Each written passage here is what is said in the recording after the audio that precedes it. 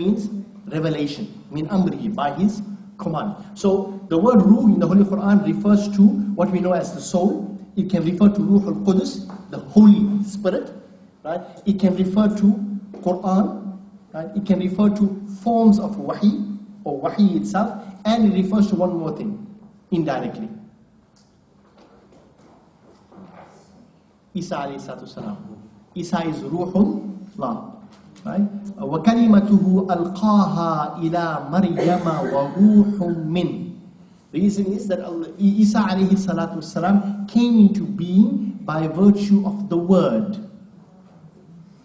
Kalimatu, what is the word? I can't hear you, Razia. Kun. وَرُوحٌ مِّنْ. And Allah breathed into him of his spirit directly, as opposed to having a father in the normal process as it took place. So Isa alayhi salam is known as Ruhullah. Now, the subtle point that comes out here is that Allah is giving three answers here. One is that Allah subhanahu wa ta'ala knows His infinite wisdom that Isa alayhi salam is known as Ruhullah. Right? And by that time the Trinity had been already fully established by the time the Holy Prophet ﷺ had declared his nubuwwah. So the Trinity existed, and people regarded Isa alayhi salam as the Son of God, or the Word of God, or God Himself. Right? One. So Isa alayhi salam is known as Ruhullah. Secondly, Allah in infinite wisdom knows that Ruhul Qudus, the Holy Spirit, Jibreel Amin alayhi salatu wassalam, is hated by the Jews. قُلْ مَنْ كَانَ عَدُوًا لِجِبْرِيلٍ. Whosoever is the enemy of Jibreel, فَإِنَّهُ نَزَلَهُ عَلَىٰ قَلْبِكَ. He is the one who brings down the revelation to your Prophet of Allah, to your heart. And the Prophet of Allah ﷺ knew full well, and Allah knows full well, that the Jews did not like Jibreel Amin alayhi salatu wassalam. And if you remember the first week, when we had a discussion, those of you who were here for the first week, then the Prophet of Allah ﷺ said, will you believe me whatever I say?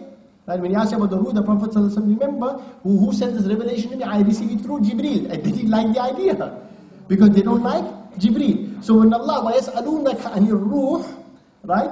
It referred also not only to the soul as you and I know it, but it referred subtly to Ruh, Ruhullah, Isa alayhi salam, and Ruhul Qudus, which is Jibreel. Now what is the link between that Ruhul Amin, Jibreel, and Ruhullah, and the Ruh? Two aspects here. One is, right, they don't like Jibreel. So Allah responded to that one subtly. Thirdly, وَيَسْأَلُونَكَ عَنِ الرُّوحِ refers to Isa alayhi salatu salam, and refers to the end of times. Now what is the conspiracy with the Jews and Isa? They rejected him. They rejected him, and he's the prophet from the Bani Israel. Because had they had accepted the message of Isa alayhi salatu wasalam, right, Judaism as you and I know it would have been obsolete. So what did they do? They hatched the biggest marketing miracle in history. Right? They allegedly created this impression that they crucified Isa. And they themselves then, in a brilliant marketing strategy, turned in 300 years in the Council of Nicaea into the Son of God. So that in that way, Christianity came into being, right? And Judaism, in its so-called original form, remained. That's the marketing miracle of the Jews, right? So Allah subhanahu wa ta'ala is saying, وَيَسَأَلُونَكَ عَنِ الرُّوحِ. You want to know about Ruhullah. You want to know Isa. وَيَسَأَلُونَكَ عَنِ ذِي الْقَرْنَيْنِ. You ask him about Dhul Qarnayn, the man of two times. Qarn also means era, epoch. It's referred to a time. Also means horns, man of two horns. Some people say the Vikings. I told you about that last week, so don't stress about that. But here, وَيَسْأَلُونَكَ عَنِ ذِي الْقَرْنَيْنِ, it speaks about the man of two times. Who's the man of two times, two eras? Farsaniyala? You've got to go into the depths of the meanings of the Holy Quran. Have to. Have to. Now, second thing, you think Quran doesn't speak about ruh. You got another thing coming to you. The question that was posed about Zulqarnain, and the question that was posed about the seven sleepers, and all of that there, the main discussion, that's by the way, in my opinion, the main discussion is about ruh. You want to know about ruh?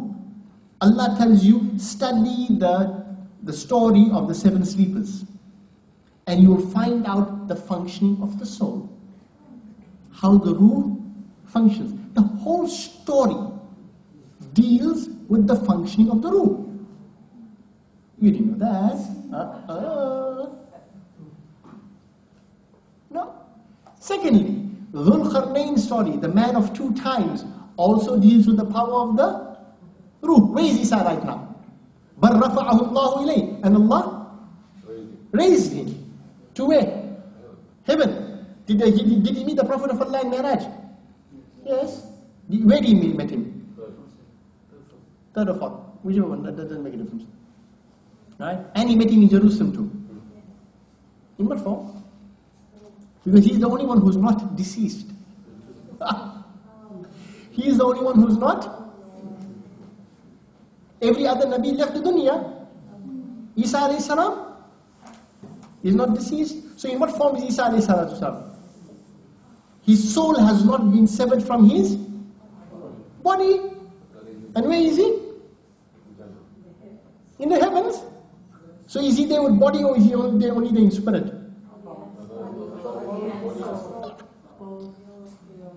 You sure about that? I'll ask you why. Because he is the one who was born without a father. And he's known as Ruhullah, and I breathed into him of my spirit. He's pure spirit in that sense. Huh?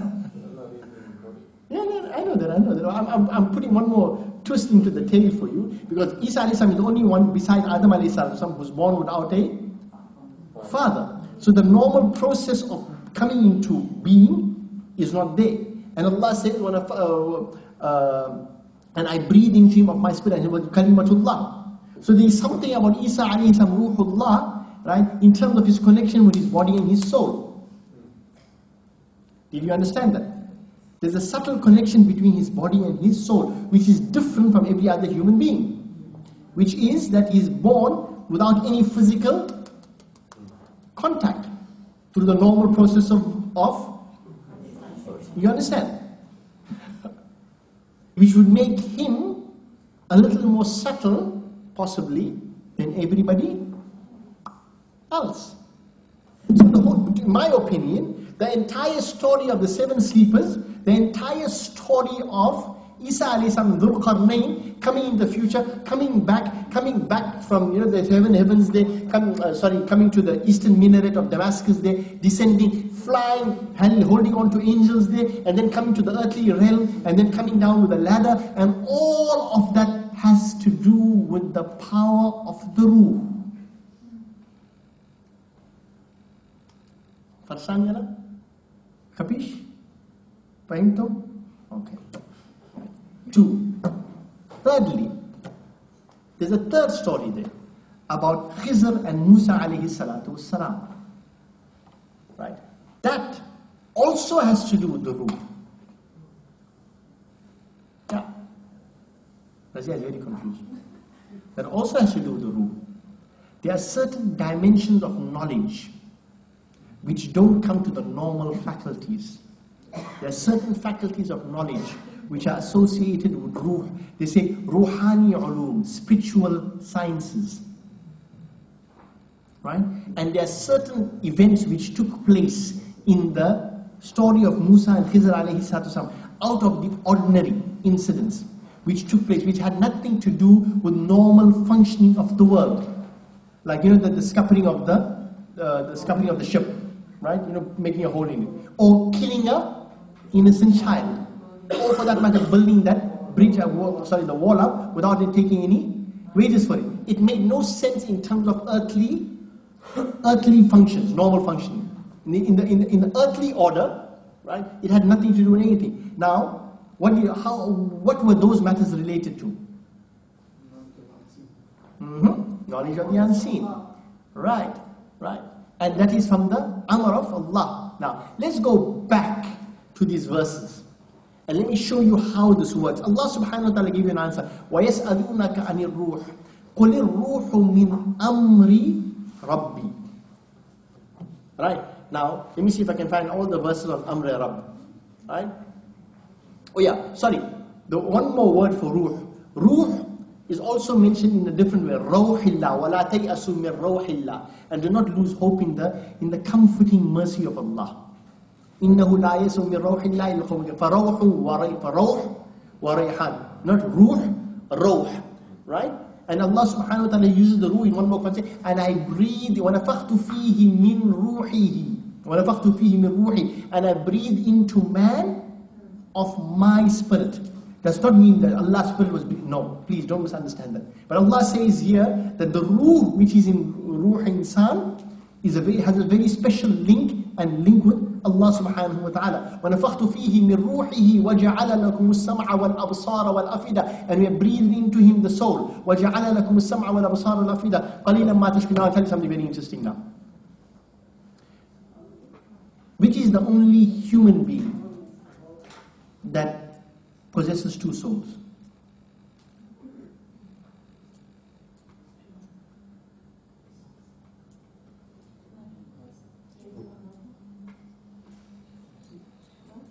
Can I give you an answer? You won't figure it out. Sakina, Aisha, Adila, the mother. That's the honor that Allah has granted to a woman. That in one human body, for a period of 9 months, there are two souls. Did you think about that one? After how many weeks? 12 weeks, huh? 12 weeks, huh? 4, 8, 40, 40. Yeah. 12 weeks.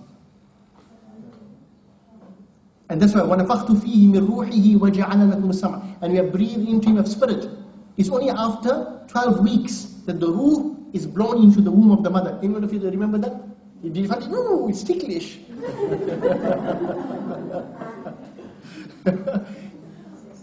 What an important event took place.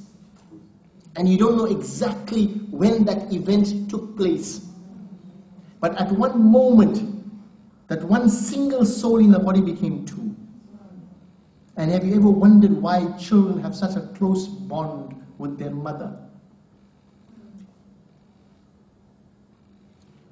At best, with fathers, they have a physiological bond. But with the mother, they have a physical as well as a spiritual bond. Now, when I asked you this question, I forgot now what point I was at.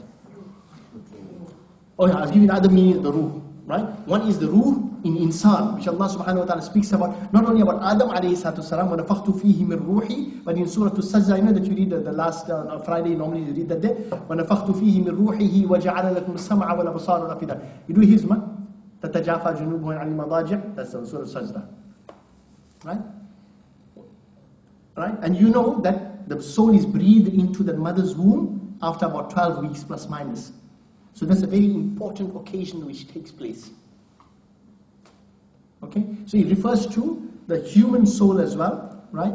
And it refers to Adam alayhi salam's original soul. Okay? So I'll just give you this, and Ruh means the mercy of Allah. And there's a very close link, if I remember, as the thoughts are coming in there, I'd rather tell you because sometimes, I may think of telling you in 2 weeks' time, when it's more relevant to the discussion I'm having about ruh, that time I'll forget about it there. Ruh has a special link to breath. Because when you stop breathing, the ruh leaves. And Allah used the word, وَنَفَخْتُ فِيهِ مِنْ رُوحٍ, and I breathed into him my spirit. So Allah is giving an indication, Allah does not breathe. Allah does not breathe. But Allah subhanahu wa ta'ala is telling you here that there is a special link between breath and the soul. Okay? Now, let me give you an idea why I'm saying that all of these things are related. Right? يُنَزَّلُ الْمَلَائِكَةُ بِالرُّوحِ مِنْ أَمْرِهِ. Allah sends down malaika bil-ruh with revelation min amrihi, by his command. قُلْنَا right? قُلْ الرُّوحُ مِنْ أَمْرِ رَبِّي, right? نَزَلَ بِهِ الرُّوحُ الْأَمِينُ وَنَفَخَ فِيهِ مِنْ رُوحِهِ يُلْقِي ذُو الْعَرْشِ يُلْقِي الرُّوحَ مِنْ أَمْرِهِ, right?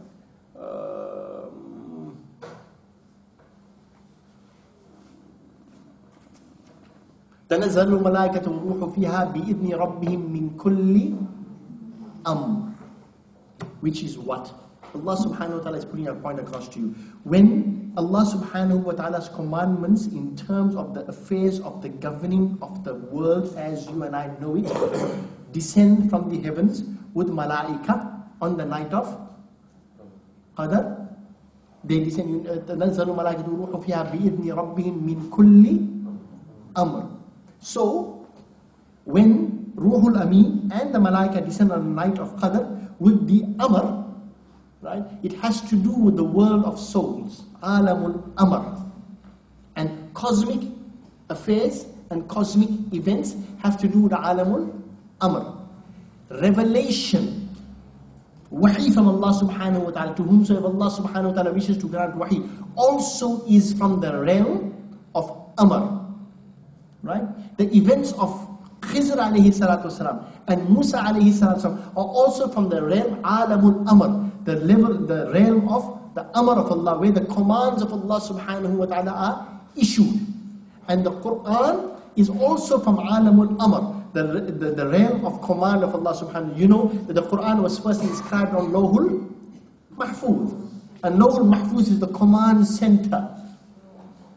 Did you understand that? Is the command center. That's where the CPU is, central processing unit is. That's where all the hard drive is and where all the information is stored. And from that, what do you call it?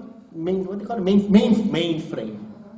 The mainframe, all the other computers, if you know networking, all the other computers receive all the stuff from the mainframe. So that is command center. So those people who are privy to the command center, or those beings that are privy to the command center, are number one, malaika, who come down with cosmic orders from Allah subhanahu wa ta'ala in terms of the governance and the administration and the affairs of dunya, of human beings.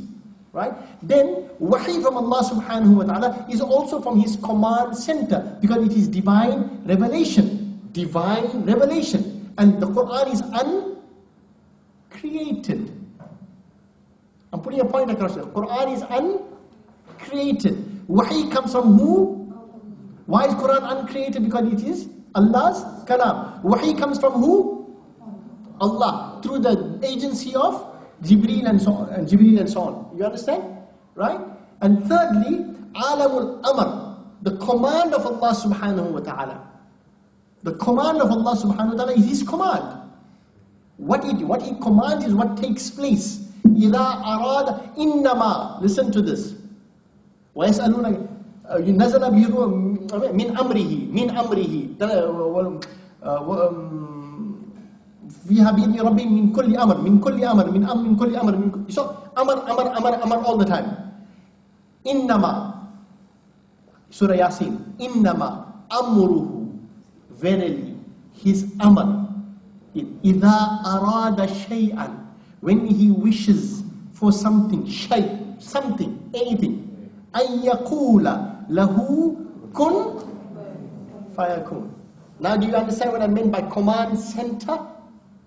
When He wants to bring anything to being, it comes from His command center, from Alamul Amr. And Khizr alayhi salatu story is he's one of those people there who was privy, besides the malaika, to the worlds of Alamul Amr, where Allah subhanahu wa ta'ala's command ends up. And what happens there? He's almost like an in-between. Malaika come with a certain order. Khizr alayhi salam works in secret affairs. He's a secret agent. He knows those issues there which normal people won't know about. And he knows about those commands of Allah subhanahu wa ta'ala which otherwise won't make sense to you. He knows about issues of future. He knows about issues of past. He knows about current issues.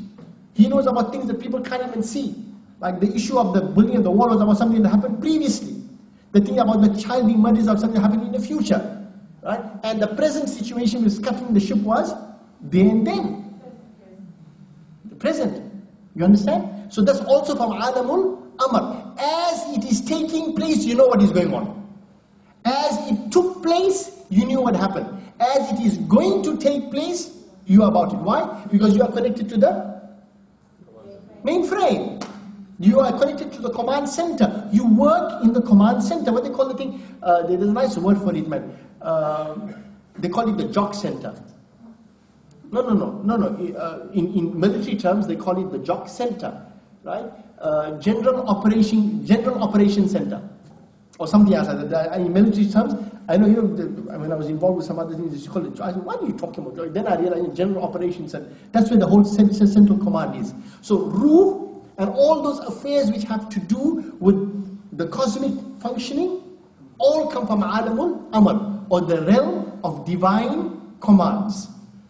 And those who work in the realm of divine commands are Malaika particularly, and some Anbiya alayhimus salatu wasalam, and some of their followers there who have been granted this position by Allah subhanahu wa ta'ala, like Khizr alayhi salatu wasalam. Musa alayhi salam was a Nabi at that time, and Musa alayhi salatu wasalam was not aware at that time there of Khizr alayhi salatu wasalam's operations from central command.